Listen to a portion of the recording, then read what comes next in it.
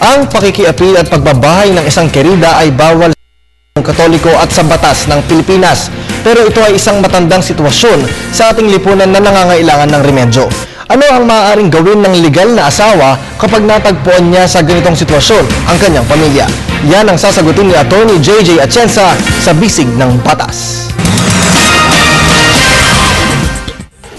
Si Merly ay nagtatrabaho sa Singapore at may asawa at anak dito sa Pilipinas.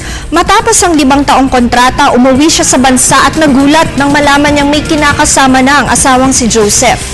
Ang karelasyon daw ng kanyang asawa ay isang babaeng may asawa na rin. Itinatanong ni Merly kung maaari ba niyang kasuhan ang kinakasama ni Joseph ng adultery upang bumalik na ang asawa niya sa kanilang bahay. Merly, ang ating revised penal code ay may mga remedies na maibibigay sa iyo. Subalit kinakailangan na kasuhan din ang iyong asawang si Joseph upang umandar ang iyong reklamo.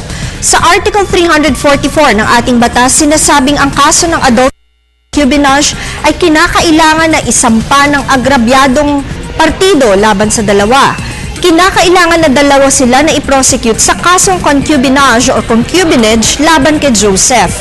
Sa kasong adultery naman, ang asawa ng kinakasama ni Joseph ang dapat na mag-file ng reklamo.